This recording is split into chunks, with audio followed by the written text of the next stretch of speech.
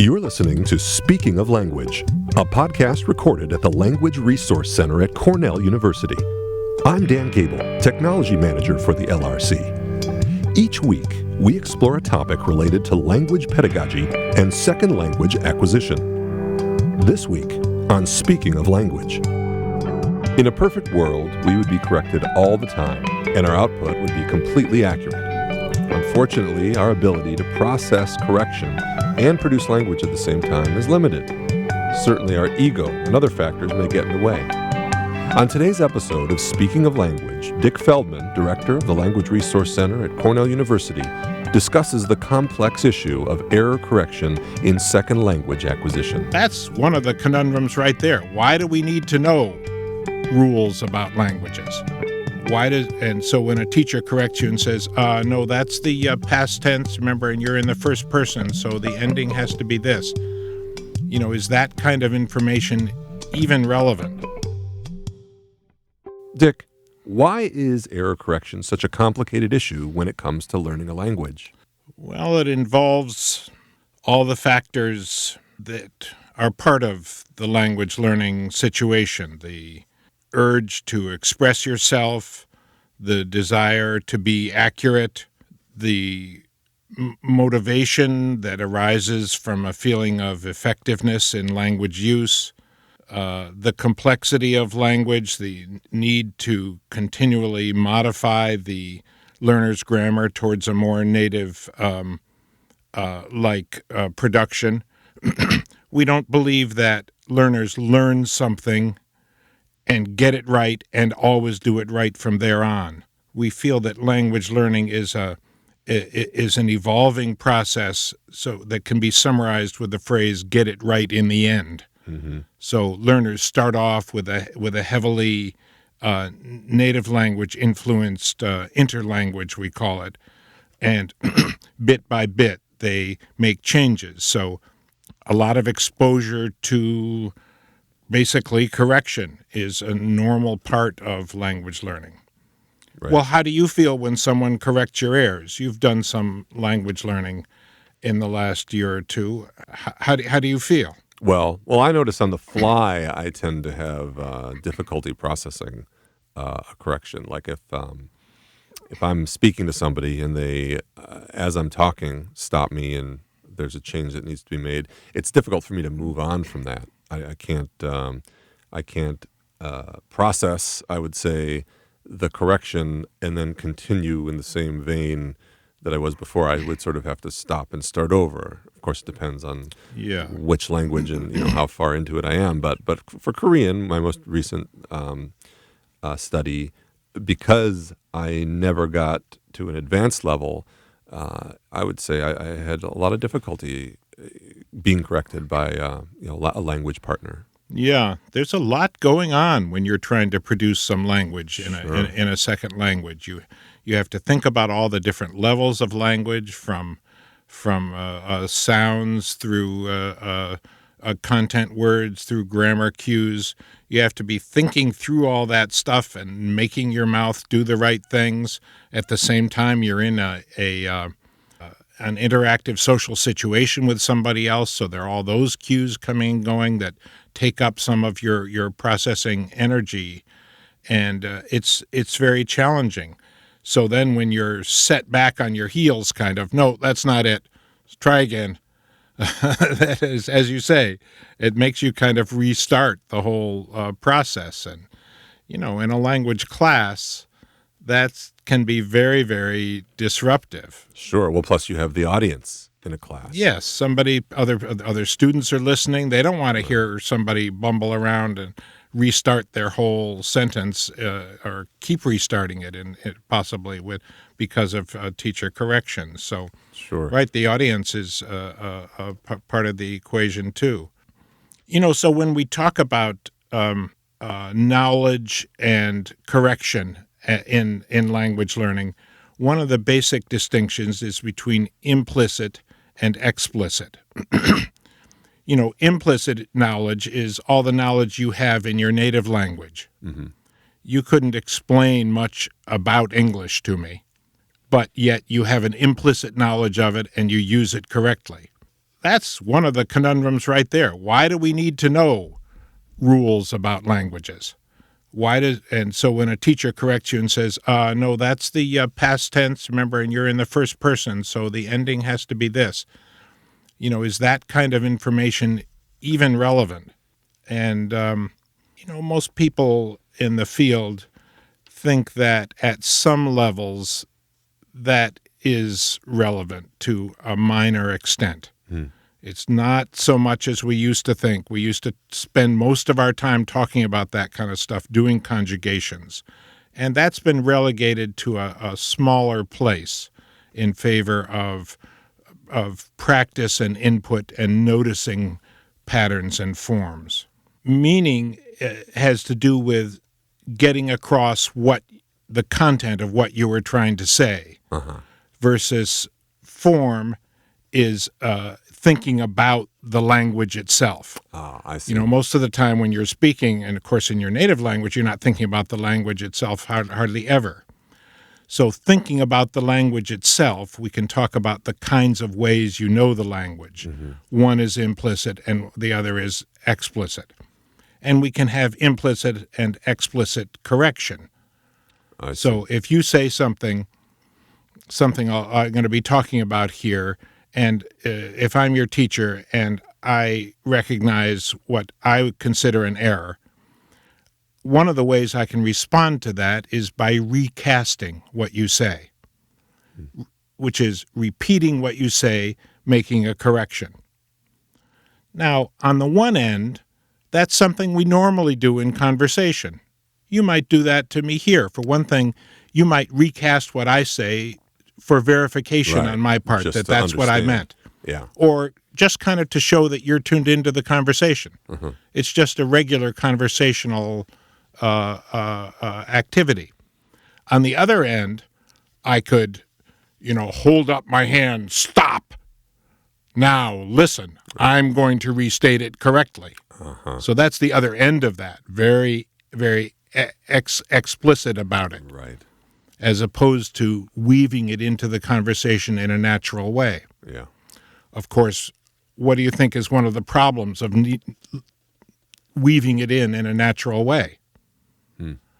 The problem is the student might not notice. Right. Oh, yes, Too subtle. you restated what I said. You restated it rather well. Yeah. But the student may not notice that the purpose of the teacher's restating it was to point out an error that you'd made. Right. Because you're concerned about meaning. Yeah. You're trying to get your point across. Right. And processing the difference between what you said and what the teacher said may not be high on your use of your processing energy. So, on the other hand, how do you feel when I say, stop, you said it wrong. Listen now and I will restate it correctly or recast it correctly. There are problems with that. Right. As you mentioned in your introduction. Right. So there's a whole range of ways of recasting, of giving corrective feedback that kind of range from implicit, woven into the conversation, to explicit, and then perhaps with a meta-language kind of explanation. That was past tense. Listen again. Right. That kind of thing. I see.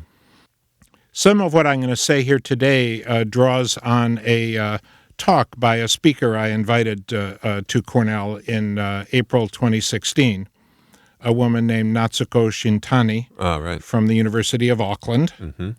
And her talk was titled, Examining the Effects of Corrective Feedback, How, When, and on Which Errors. It was a very good talk, and I recommend it if people are interested in more information about this topic. Her PowerPoint lists all these different categories and types in quite a bit of detail. Yes, we'll have a link to that talk, information about that talk, in our description of the podcast. Yeah, good. She reports 33 studies about explicit and implicit feedback. Well, she reports 33 studies that show that explicit feedback worked better than implicit feedback. Probably a lot of that is because the students don't notice implicit feedback. Interesting. recast. Yeah. Because as I already explained, it just sounds like the teacher is with you in the conversation. Yeah, it's sort of lost on them. Right.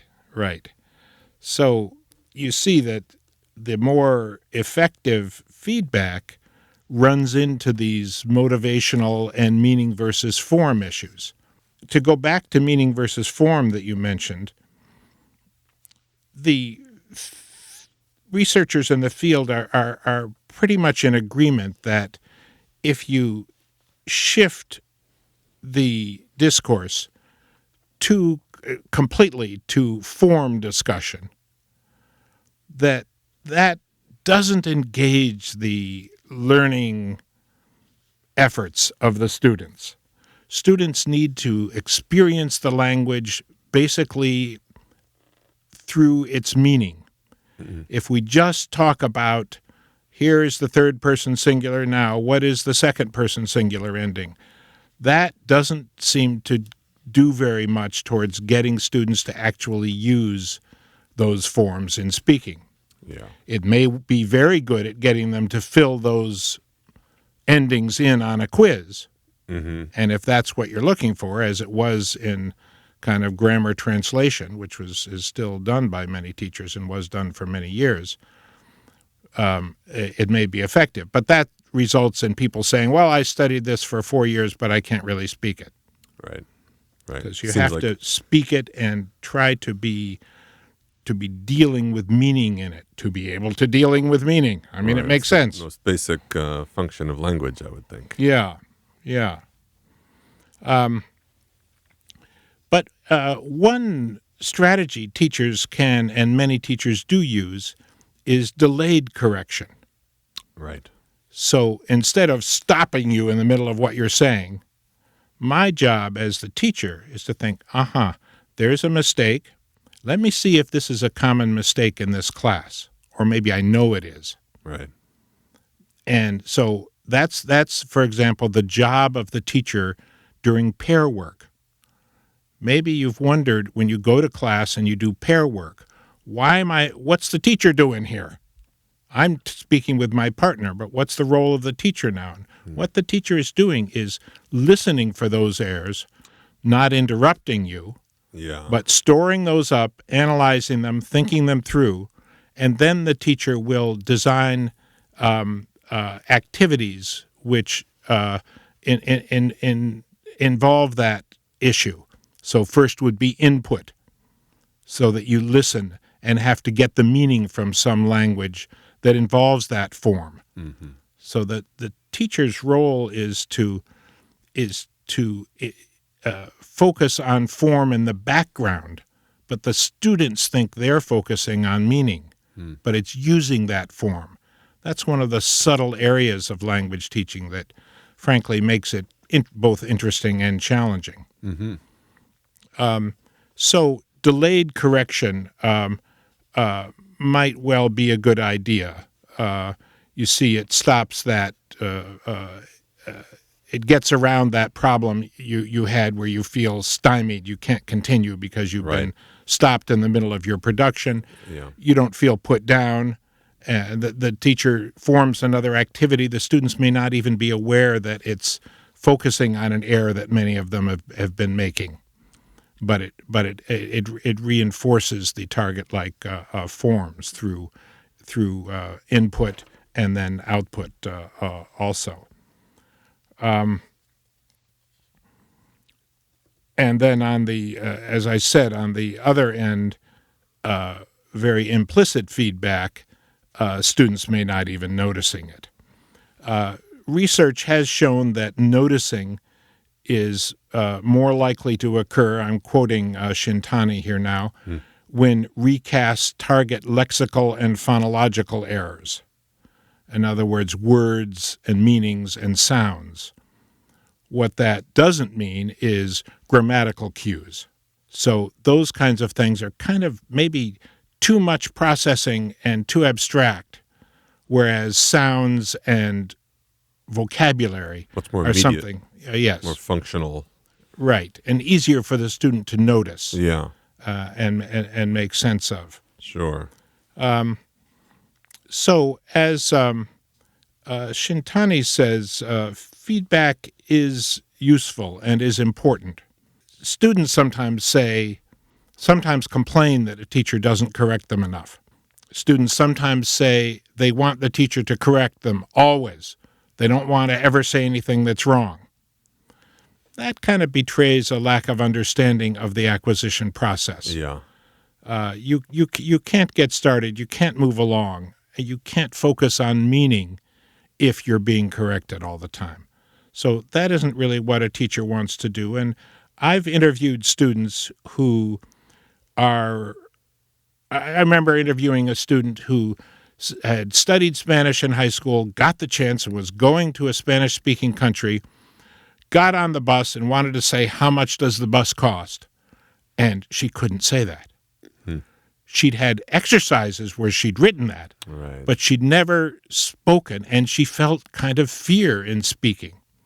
That fear in speaking came from being corrected so much and being stopped when she said anything wrong. Yeah. So that overcorrection can really be bad for students. Sure. That's why this is a subtle business. So the explicit correction is okay, but it should be done, kept in a meaning context, and that's tricky to do. I had an idea once that the teacher should have a kind of hand signal. Oh. Okay, now I'm going to give you a little explicit correction, and then take the hand down, and we'll go on with meaning. I don't know. Do you think that would work for you? Actually, I think it might take a little bit of the emotion out of it. If it was instead of, oh, Dick is stopping me in my tracks and doesn't like what I'm saying and I'm doing it wrong and I don't know the language. Instead, it's like I'm kind of prepped for your corrections and I'm sort of ready for it. It makes it, I guess it sort of gives it structure, gives it sort of a formality that could be helpful, I would think. But Yeah. I would imagine it really makes a bit, as we think about, as you're asking me about how I react to these things, it really must depend quite a bit on the individual.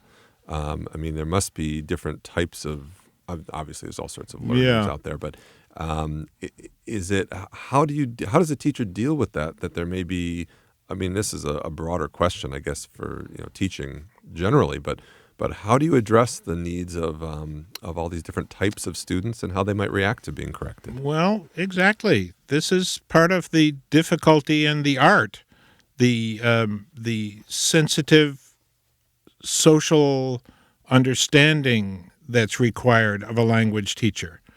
Somebody who's very confident, full of bombast, and will get his point across one way or another no matter what you do, maybe is okay with being stopped, corrected, let him go on. Doesn't get flustered, has the kind of interpersonal confidence that allows that. Somebody else who's hesitant to speak at all, if you stop that person in the middle, that may be devastating to that person and end up getting on the bus and not being able to say anything. Right. So yeah, those people really do vary in that way.